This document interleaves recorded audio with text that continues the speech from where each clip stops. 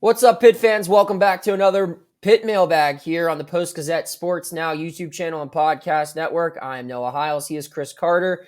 And Chris, another week, another big set of wins for Pitt basketball. It continues its trajectory toward the bubble. Received 4 points in the latest AP poll. Not sure if that's four 25th votes or whatever that is, or if it might have been just one person putting them on their ballot. But it's a team that's back on the radar. A lot to talk about with basketball and football. Before we get into anything, Carter, any opening thoughts here? Just that I think that there's still some Pitt fans out there that are thinking like it's too early to get excited, but like what Pitt's been doing, I think are the way they're winning are things that can translate to beating other good teams. And again, they've beaten some good teams. Wake Forest, who they're going to play again tonight. In Winston-Salem, they've already beaten them. Virginia, Duke, like these are teams that people are looking at with respect. So I think Pitt's done some really good things in the way that they're winning, with their guard play, with their shooting, with their offense, with their defense, with their rebounding. That's the kind of stuff that travels on the road, especially to neutral environments. And I think people should have every reason to be excited that this team can and will make the tournament. And on the flip side, for the people that are too excited right now and think that Pitt should be a 9 seed or something, like relax. Hold your horses. A month ago, this team still hadn't beat Duke. It was 0-3 or 1-5 in the ACC or something like that. So it's been a very good month, right? But it needs to be sustained. This team is exactly where it probably should be right now, in net, in KenPom, in bracketology, and everything. It's in the heart of the bubble race, which is kind of what we expected at this point in the year. The journey was a little different. There were points where we thought this was a really good team. There were points where we thought this was a really bad team. And now this team's into form, but it's got a big journey to finish here, and it starts tonight, I should say. But we're going to talk about that and more. Before we do, we got to talk about the show's presenting sponsor, which is Mike's Beer Bar. Whether if you're in town for a Steelers, Pirate, or Pitt game, Mike's Beer Bar is right across the street from PNC Park and has the best selection of beer in town, as well as amazing food options. They have over 20 TVs. And you can catch all of your NFL, college football, college basketball, Pirates, Penguins, Riverhounds, and Premier League action right at Mike's. Come on in and try one of their 500 different available beers, 300 of them being local beers, as well as 80 different local craft beers available on tap. You can also get a flight to try out every option you can dream of, and trust me, you won't run out of favorites, because I never do, and I'm always there. Try their steak on a stone for an awesome meal where you can choose how hot you'd like your steak cooked, with a heated stone right in front of you as you enjoy a night out in town. Come to Mike's Beer Bar and get your sports fix and experience the best bar in Pittsburgh. Carter, on the note of Mike's Beer Bar, has anyone really sat down to count 500 beers? There could be more. I don't know. There's typically more than 500 beers, because the 500 is like the standard of what they get. But then any beers that are left over that haven't been drank yet, and they're bringing in new ones, they're there. So yes, it's over 500. I was going to say, and to be fair, most of the times I'm at Mike's Beer Bar, I'm not in a frame of mind to be able to count to 500. So because I'm having a good time, I'm having a steak on a stone, I'm trying a flight, I'm having a good time. But yeah, shout out to them. On the note of an expensive good time, we start off this mailbag with this question from Thomas. Is there anything being done through Alliance 412 to keep freshmen like Jaland Lowe and Bub Carrington from attempting to go to the NBA or transferring? This is a really good question from Thomas. And I'll start off by answering this one. Well, first off, yes, it's a great question. Second, it's an unfortunate question that this is even something that needs to be thought about by Pitt fans right now. The team's in the midst of a great run, and this is on the minds of, I'm sure, a lot of fans. Like, are these guys, these guys are really good. Are they going to be back next year? From what I heard, it's gonna take a lot of money. Multiple people have told me, multiple sources have told me, Alliance 412 and other people involved with just Pitt NIL opportunities are already starting the process of generating funds to not only retain Lowe and Carrington, but Ishmael Leggett as well. That's the big priority, it seems, for just Pitt athletics, let alone not Pitt athletics, excuse me. It's the biggest priority for Pitt's NIL investors. so when I say for Pitt Athletics, it has nothing to do with actual Pitt Athletics. It's but for Pitt Athletics, which is what these collectives support. That's the top priority right now, is generating funds to keep these 3 guards in blue and gold next year. Now, how much will that cost? I've heard it's going to take 7 figures altogether. The ideal target number, from what I've been told, to keep all 3 and also be able to make additions in other areas of the roster, is around $2 million. That's a steep price. But I mean, you look at what the going rate for some of these players are. A guy like Carrington, who could potentially be drafted in this year's NBA draft, or could leave and go to really any big-time college program. I'm sure they would all love to have him with his potential.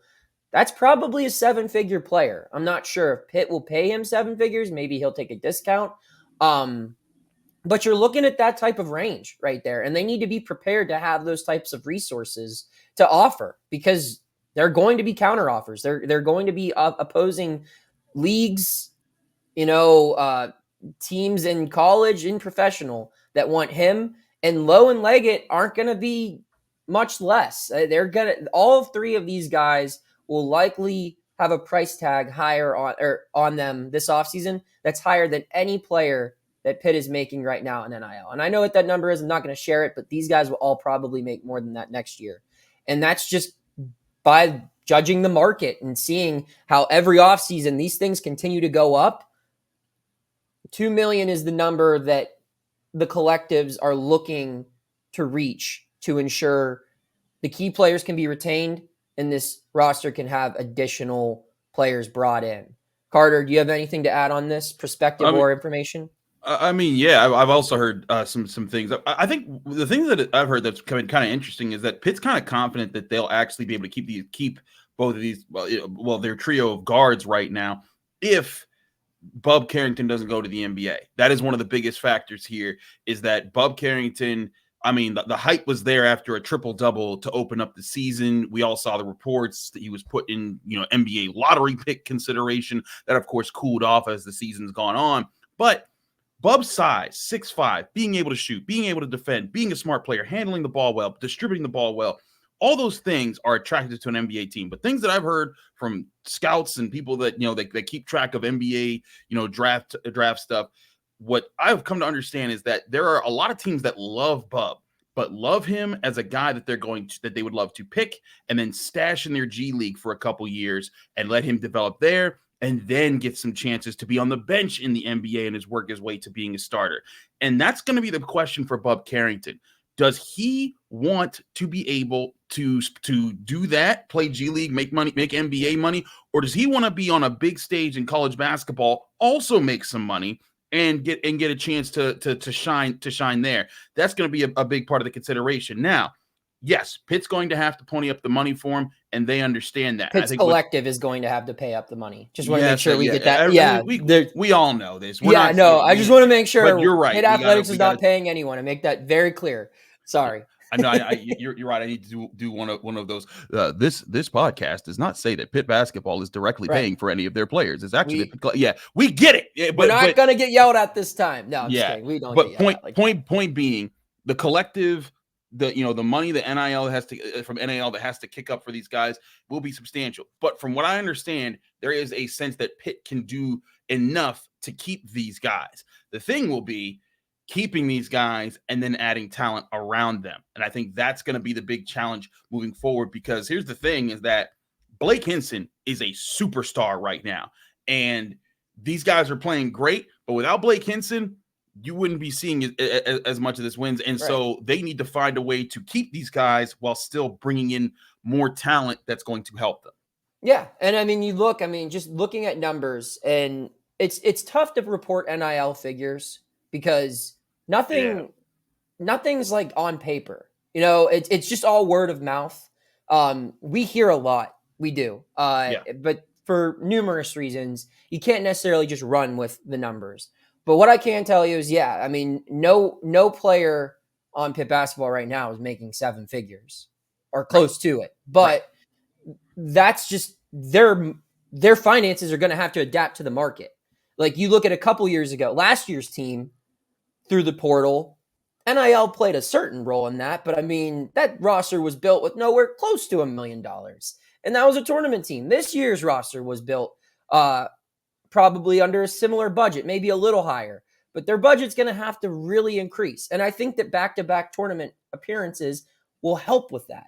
But that's just where the sport's going, man. It's nuts that, like you pointed out, they're not just outbidding Kansas, Duke, North Carolina. They're outbidding the Boston Celtics, the New York Knicks, the LA Lakers, the Clippers, just all those, and you're bidding with overseas, you're bidding with overtime elite and all that kind of stuff.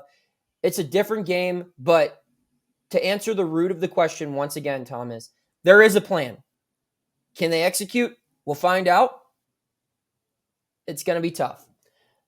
Jay wants to know, on the note of recruiting, can we expect to learn more about Pitt basketball recruitment for next year? Will a strong finish to the season bring in a bigger haul? I'll start with this one too, because it's a real simple answer. I mean, there is no extra recruiting, at least in high school right now. Right. There are 2 seniors, 3 now, with KJ being on scholarship and Hewitt being gone. They're going to have 3 open roster spots at the end of this season, right? Marshall's, Hewitt's, which is already open, and Hinson's. Yeah. So they might add one more high school guy, but you don't, in today's era of college hoops, you don't typically want to add more than 3 or 4 active guys. I mean, 4 was a pretty big class, which Pitt brought in last year. Yeah. And one of those 4 came in late, and another one of those 4 redshirted this year. So ideally, you want to player retention, I should say, is the name of the game here, especially for a team like Pitt, where a lot of your roster is able to come back next year. Retention is probably the top priority for this team. Retaining Lowe, retaining Carrington, retaining Leggett, retaining Austin, the twins maybe, Federico maybe, Jeffress, keeping those guys around. That's step 1. Step 2 is adding in high school talent, which they have 2 guys signed, Amde Nadaye and Brandon Cummings. How much of an impact will those 2 guys have? I expect Cummings to probably be a rotational player next year, maybe a starter depending on what happens with Carrington. And I think Amde is going to be a little bit more of a long-term project, similar to what we saw with the Twins. Maybe we see him in the back end of a rotation next year. And the rest is through the portal. And that's the way to do it. Pitt shouldn't want more than 1 or 2 true freshmen on its roster, especially in a year like next year, where if everyone comes back, this will be one of the better teams in the ACC. You're in win now mode, and you have the luxury, due to the landscape of this sport now, to add other pieces. And while, yes, you're not going to go out and get a Caleb Love or a Hunter Dickinson or a Nigel Pack, guys who have a 7-figure price tag to them, Pitt added some really good pieces in recent years with fair money. I mean, they had to pony up to get some of these guys in there. They weren't cheap. But if you can go get guys to a similar price tag of what you paid for Austin or Leggett or Nelly Cummings or Greg Elliott, players, I mean, they got a steal with Blake in the first year. That's what you got to do. You got to build around this team. And I don't know if that's necessarily the way to do it by getting high schoolers. You have a couple of young talents here coming in that have already signed. I don't think you add any more. I think any new roster additions for Pitt moving forward are going to come in March when the portal opens. Carter, what says you? Yeah, I agree. Especially if you're keeping Bub and Jaland, that's those are your freshmen that you have that you're developing. You're expecting Ish to come back, and you've got Brandon and Ndiaye coming in next year. You've got the young guys, and let's presume that Pitt keeps all. They're not going to keep everyone. Someone's going to leave. It's just the transfer portal era of college basketball. But let's say a couple guys leave, but you keep the core together: Leggett, Carrington, and Lowe together. And then let's say the twins stick around. Austin. Austin, guys like that makes sense. Barnes will now be, a guy that you can look at. now all you're talking about is saying, okay, you've got these pieces. Go get one guy, like one really good veteran who could be a major player, and then maybe a bench role guy. And then that's the path that I think that can be affordable to them as far as bringing in a haul to finish out, what you're adding in next year. But again, it just depends on, who they lose. I think also, though, they're in a unique position that, this year, because last year was a little different with John Hughley because, he just left because John Hughley. But as far as in past years, Pitt's seen exoduses of players because they've been bad. And right now, Pitt is good. And Right. if they make the tournament, that changes the tone of a lot of things. And I also think there's reason to buy in on Jeff Capel's ability to find talent with what he's done, especially the last 2 years. But even if you just look at, if you go to Rivals right now and you pull up the rankings of just how high school recruits have been rated coming into when they were plucked out of high school, 4 of the top 8 players in Pitt's history, according to Rivals, are Jeff Capel guys. Now, some of those guys left, but at the point there is that he is finding talent and finding ways to get it to this program. I think that especially if they're able to retain, like you said, retention is the big word here. If they retain the core that they've got now, can they add one big piece and make it the right piece? I give them a good shot at finding that based off of their track record of the past couple of years. Yeah, and I think that unlike the last couple of off seasons for different reasons, their needs are a lot more clear. Yes. Heading into this offseason. Again, assuming retention is the top priority and they find a way to keep their 3 guards in-house. And again, with Austin and all the other guys, if they don't lose anyone major, or even if they lose one, let's say a Leggett or a Austin, or, if you keep the 2 freshman guards and most of the surrounding cast, what your needs are. Where last year it was, what do we do? Will Dior be here? Who's going to want to come in and compete for playing time with they need a veteran guard, but who's going to want to come in and compete with 2 top 100 guards and Dior Johnson for playing time in a backcourt? They need a wing, but their best player is a wing. They need a big man, but didn't they just bring in a top 100 big man? And don't they have 3 big men returning? This year it's a lot, I think, easier to define their needs, and it's an easier sell. You're going to be playing with 2 all ACC freshman guards. Probably, I would have to assume they're both going to be on the all freshman team. Maybe the ACC 6th man of the year. I mean, a team that probably, I would say, 50-50, back-to-back tournament appearances. The sell is easier now for Pitt as well. And while finance is going to be a thing that is a concern for everyone, I don't know. I think that they're in a much better spot this offseason compared to others because, I don't know. There's always going to be things that pop up, but just where Pitt's currently at right now, it's a very easy sell for, one really good big man and a couple of role players behind them.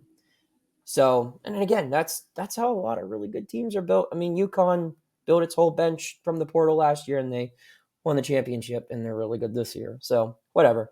We'll move on now. Nate wants to know, Coach Narduzzi is a popular punching bag, but how would you grade his seemingly hopeful offseason? He managed to keep a strong recruiting class together despite going 3-9 and also showed a willingness to update his offensive philosophy. Chris, you can start with this one. Yeah, so I do this also for drafts, right? Like in the NFL draft and everything. How do you grade the Steelers in their draft class? I think it's unfair to grade anybody when you don't know what the heck they're looking at. The grades as far as what Pitt's done this offseason, we're gonna find out. But I do think that this is now, you can say that Pitt has taken some really big swings here at trying to create a new staff, because one, they got it. A lot of their staff is gone. The entire offensive staff is going to be brand new this upcoming season, and they're going to be missing Charlie Partridge, their defensive line coach. And they've replaced a lot of those guys with FCS type coaches. And whereas some people can look at that and say that's not good because these guys don't know what it's like to coach in a Power 5 or Power 4, whatever the power is now. But these guys don't have that experience, and that could come back to bite Pitt. Or you could look at it and say, you know what? this is what a lot of Power 5 and Power 4 programs do now when they're looking for new guys that aren't proven. They go and grab guys that are innovative, that are successful at other levels, and bring them in. And that's where I honestly think that Pitt is leaning on right now, is that, hey, we can be the group that just is hitting really well with what we saw at the FCS level. And I think that that's what they're trying to do there. And as far as recruiting wise, I do think it says something that they kept their a lot of that class together. But I wonder how that translates next year. If they have a bad season, the recruits that they brought in this year, they're going to be gone. And so that's where I'm like, what, this year isn't this offseason, keeping the guys wasn't the issue because they were signed.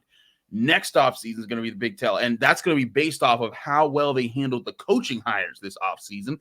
And if that translates well, this offseason was great. If it does not, this offseason was terrible, and it might spell the beginning of the end of the Pat Narduzzi era. But there's a whole season before that, and that's what we're going to keep you covered here at the Post-Gazette. Yeah, I think you said it best in those last couple of sentences there, Carter. I think we're going to look back at the 2024 offseason, the 2023-24 offseason, as a very pivotal moment in Pat Narduzzi's tenure here. It could be good because let's just say it all goes right? He changed his offensive philosophy, and he brought in a new up-and-coming OC who brought in his whole staff, handpicked. All these guys have worked with him, and it all worked out, right? That's good. They brought in the quarterback of the future, Eli Holstein. Mm-hmm. They brought in a whole new generation of pass rushers, be it from high school or the transfer portal. And they brought in a guy who I don't even know in the best case scenario can replicate what Charlie Partridge has done, but maybe maintain the pace. That's the best case scenario. How many of those things are actually going to happen, though, Carter? We'll have to see. Judging off of, I'm not even trying to be the sky is falling type of Pitt observer here, but you can't assume that all of this is going to go right. And that's my point. I will say it is impressive that they really only had one decommitment from their high school recruiting class, despite going 3-9 and despite some obvious changes coming to the coaching staff. But that decommitment was their highest rated player. So that's one thing. But it's still, you look at that group as a whole, I think we both gave it like a B-, that high school recruiting class? Yeah. Okay. That's not a bad grade. But like you pointed out, the high-end talent in that group is pretty much all defensive linemen and Cameron Lindsay. But I think 3 of the 4 stars in that group are defensive linemen. And they weren't coming to play for this new guy. They were coming to play for Charlie Partridge. Yep. And like you said, Chris, how many will Sincere Edwards be here next year? Will Francis Baru be here next year? Will Josier Whittington be here next year? Maybe. How good will they be? How will Nick James and David Ojigbe reach their potential? He brought them in as long-term investments. Mm-hmm. I mean, the Holstein thing is interesting. This is a big-time get. Yeah. But he's not the first 4-star quarterback to come into Pitt. I mean, Davis Bevel was the next great Pitt quarterback until he wasn't. Chad Wojtek was until he wasn't. Chad Wojtek. And those are just 2 4-stars, and I know Wojtek wasn't in the Narduzzi era, although I think he did play a year for Narduzzi, but he didn't recruit him. But my point being is that this can work. If it all works out, Pat's going to look like a genius, and this is going to be the offseason that gave him a second life at Pitt. There was the Kenny Pickett era and prior where he had Salem and where he had Powell and he had Partridge and he had Bates and all that kind of stuff. But this is the new look Panthers. And it's a whole new cast. There's a lot that can go right. There's a lot that can go wrong. And it's going to be interesting because I think that some things that are unsettling are, like you pointed out, Carter, not one person on this offensive coaching staff has been a position coach at a Power 4 program. Mm-hmm. Some of them have been like graduate assistants or, different analysts or whatever. but none of them have. Everyone on this offensive staff is heading into the biggest year of their career because it's their first year doing this, and they're all doing this together. So they're all together trying to figure out how to navigate the portal from a Power 4 perspective, NIL from a Power 4 perspective, coaching day to day, coaching in the ACC. The travel schedule is more demanding. I mean, they're all figuring out what it's like to coach under Narduzzi, which can be difficult sometimes, I'm sure. So there's a lot of questions there. This is year one without Partridge's departure is huge. Yeah. You know, how many 4-stars are going to keep coming here to play defensive line without him? We'll find out. And how will these guys develop without him? Again, we'll find out. So I don't know how I would grade it. I think it's, like I said, it's either going to be a year we look back at as something that changed it for the good or set the program back significantly. And I don't know if there's a lot of area between. So not to create more anxiety for Panther fans. I feel bad that I just did that, but it's just a lot of question marks. It's a big, I think the easy answer too, as we continue this long-winded answer on my end, you're not going to see the results either way next fall. This team could go 3-9 again, and I don't know if you still have a clear-cut answer on any of the things we just discussed. It's going to be 2-3 years until you can really measure what happened this offseason. Eileen wants to know, since Ohio State hired a new AD to replace Gene Smith upon his retirement, talk of Heather Lyke leaving has subsided. What is Pitt going to do to keep her, or is it inevitable that she'll go to an SEC or Big Ten school? Carter, you could start. I think Pitt's probably going to. Ohio State was the big thing we were all looking for. I think Heather Lyke's going to stick around. I think that Pitt's compensated her well. They paid her well to be an AD. She's done a lot of really good things, and I think that she likes what she's built at Pitt right now. I also think that Pitt's in a good situation because Heather Lyke, from everything we've ever read or talked to her about or learned about, she's not a big fan of this new NIL age in the ramping up that it takes to do all of that. Like she understands what Alliance 412 has to do. She understands what, that there is money behind it. It's just not she's saying, oh, money, stay away. But I think she likes being at the head of an athletic department that is finding ways to be successful in the middle of that without having to be like Texas A&M that just shells out $70 million for no reason in a single year just to get rid of a coach they don't like. I think that she likes being at Pitt where they're kind of proving like, hey, we have players like, and make no mistake, Heather brings in money. Like, it's not saying she is not scared of money. She doesn't dislike money, but I think that Pitt is the right mix, and she's kind of developed the right mix for where she wants to be or where she thinks the world should be and how it's handling NIL. And I think it has to be the right situation for her to leave. I think Ohio State was a potential to be that. And maybe there's another suitor that'll come calling very soon that'll be like that. But, will she someday leave? Sure, because everybody moves on at some point. But I think the threat of right now has passed. Now, granted, her contract's set to expire at the end of this year. Will she be extended? That'll be up to Pitt. I think that they'll find a way to work it out, and she'll stick around for at least another 4 to 5 years. On the note of finance, I think Heather Lyke, like you said, she likes money, right? Mm-hmm. I think her priority right now isn't NIL, it's infrastructure. She's in the midst of the most ambitious development project Pitt Athletics has done in probably since the Peterson Event Center, right? Mm-hmm. With this Victory Heights thing. And it's tough for her, someone who came up with this idea, got the ground level funding and construction's underway. And now in the middle of it, she didn't know NIL was going to get this crazy where they're going to need this much funding. Yeah. For another element of competition. And that's, I think, the struggle here with Lyke is that this is an athletic director who wants to win national championships. She said she wants to be at a place where they can compete for national titles. Right now at Pitt, it's tough to do that, especially in the big two sports. When your top priority right now isn't NIL, it's going to be tough to compete for a national title in football and basketball. Volleyball, you probably do that. Soccer, sure. But that's the thing where, and I haven't heard that any other places are interested in her. But if they are, and they could say, hey, look, we've got any type of facility for our athletic teams where that's not going to have to be a concern.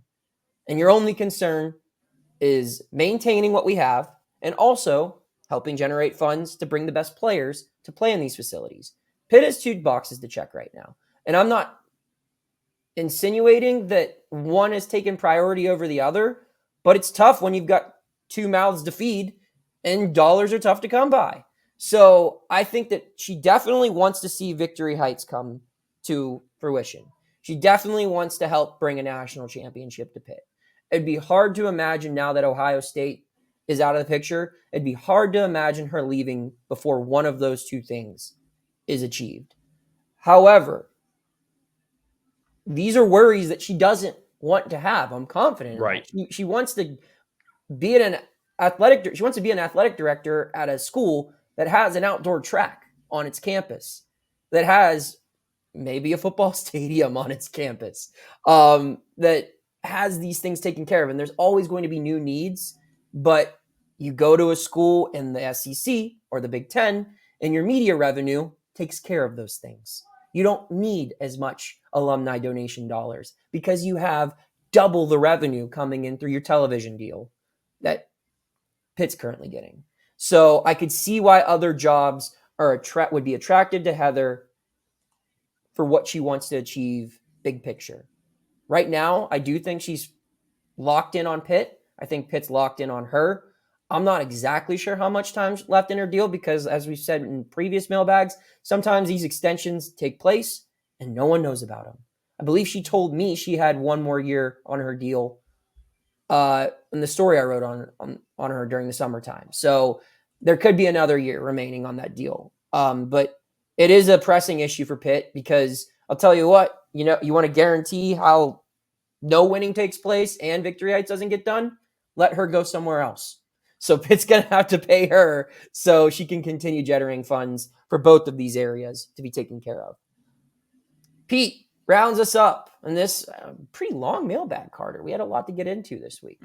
Wants to know what our thoughts are on the new receivers coach, and is Pete wrong to be concerned about this staff's inexperience? For those who are unaware, Pitt, as of Monday, I don't think it's been official as time we're recording, but multiple sources have confirmed to us. It is official. They literally just tweeted it like 2 minutes ago. Oh, there we go. So it's official now. JJ Laster is the program's new receivers coach. He replaces Tyquan Underwood, who left for the New England Patriots. Similar to other guys on staff, he coached with Kade Bell. He comes from Old Dominion, although he never coached there. He just accepted the job there last month. He spent the last 3 seasons at Western Carolina as the receivers coach in Kade Bell's offense. Carter, your thoughts on all of this? I mean, it's more the same here. This is a really big gamble that Kade Bell's system is just that good and is going to work and going to translate into the ACC.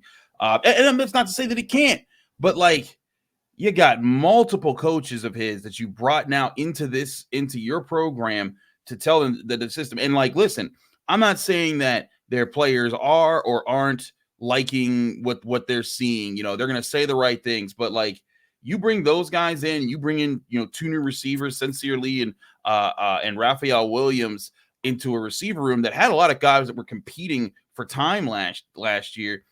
There's going to be some interesting talk. It's going to be interesting to see how well do they clash with it, because guys coming from FCS, players who have been playing D1 football, the D1, the top of the league, football, that's going to clash, and there's going to be some conflicts there. And that's where Pitt's going to have to win this year. And I mean, I'm not saying make the college football playoffs, even in the expanded field, but they cannot afford to have a bad season. Otherwise, there will be a lot of people that are just like not feeling it. We're out of here, because they're not. You didn't go and get an NFL coach in here that everyone's like, oh, you know what? I want to stick around for that guy. You didn't go get another big name college coach, a Charlie Partridge from somewhere else that everyone's like, you know what? I will listen to that guy. Like, for example, just did the story on Bub Carrington and Jaland Lowe. Bub Carrington was talking to me for the story, and one thing he said he talked about during the Duke game that when they were winning, he thought they should call a timeout. And he was trying to tell Jeff Capel from the bench, like, timeout. Jeff Capel kind of blows him off, and he told me, and I asked him about that moment. He was like, then I realized who Jeff Capel was, and I remember I heard that he won a high school state championship. He's won a national championship as a coach. He's been to the national championship as a player. Maybe I need to listen to him when he talks to me. That's going to be harder to get through to some big name players on your team from guys that are coming from FCS schools. So again, they got to win now. I think it's reasonable to be concerned about this experience because experiments are always concerning. If it hits, great. If it doesn't, people are going to look back at this offseason and be like, what were they thinking? Yeah, I mean, I think the widely connected pro for Kade Bell is his philosophy, right? Mm-hmm. And that's true. Like, his scheme could work, and scheme knows no level, right? Like, you got to be able to call it. Like, D3 guys can call good plays. It's just you got to have the players to run them or whatever. Yep. So he could have a good playbook that translates well. My counterpoint to that would be he's not the only person with a modern offense, right? That was available. This is unless if his scheme is so revolutionary that it blew everyone else's out of the water. There were other Power 5 coaches available with Power 5 experience, guys who have more experience recruiting with NIL resources, who've recruited players above an FCS caliber for decades of their career that you could have went out and got, who are still young, who still check the boxes that Kade Bell checks, that have more experience. And they didn't get that. They got someone who is completely raw. And what Pitt's doing right now is putting all of its eggs into the basket. It'd be like the Pirates signing Paul Skeens to the biggest deal in franchise history, where it's like, okay, I hope this works because he's the key to your franchise, but he's also never played at this level. And it's a little different because Skeens is probably more regarded as a prospect, as a player, than even Bell is regarded as a coach. So that would probably be even a wiser investment. But there's just a lot of eggs in this Kade Bell basket. That's not me suggesting that it's not going to work. But like you said, it is a tremendous gamble when you don't have one experienced staff member. You risk isolating a lot of players on that offense who were brought in by that old offensive staff. And for all of its flaws, there was continuity, there was relationships. And if this message falls on deaf ears, or if they go the first couple of games without scoring a lot of points, and it's more of the same from last year, you're looking at some big internal problems here. So you better hope it works. Otherwise, because if this staff shows that it's a Western Carolina staff and not a Power 4 staff, you're in big trouble. You're in huge trouble. But if it works out, you look like a genius, and Kade Bell's probably the next coach at Oklahoma, and Pat Narduzzi is buying another yacht in Rhode Island. It is what it is. So it can go well or it could go horribly. And I don't know if there's a middle ground, like I said before. Carter, any final thoughts as we wrap up another mailbag here? Yeah, that yacht will have enough space to play some bocce on it too. It'll have a couple blue vases on there as well, I'm sure. There we go. Yeah, but all right, that's all we got for this week's Mike's Beer Bar Pitt mailbag. He's Chris Carter. I'm Noah Hiles. You can check out our work at post-gazette.com, and you can follow along with all of our Pittsburgh sports coverage at the Post-Gazette. Take care.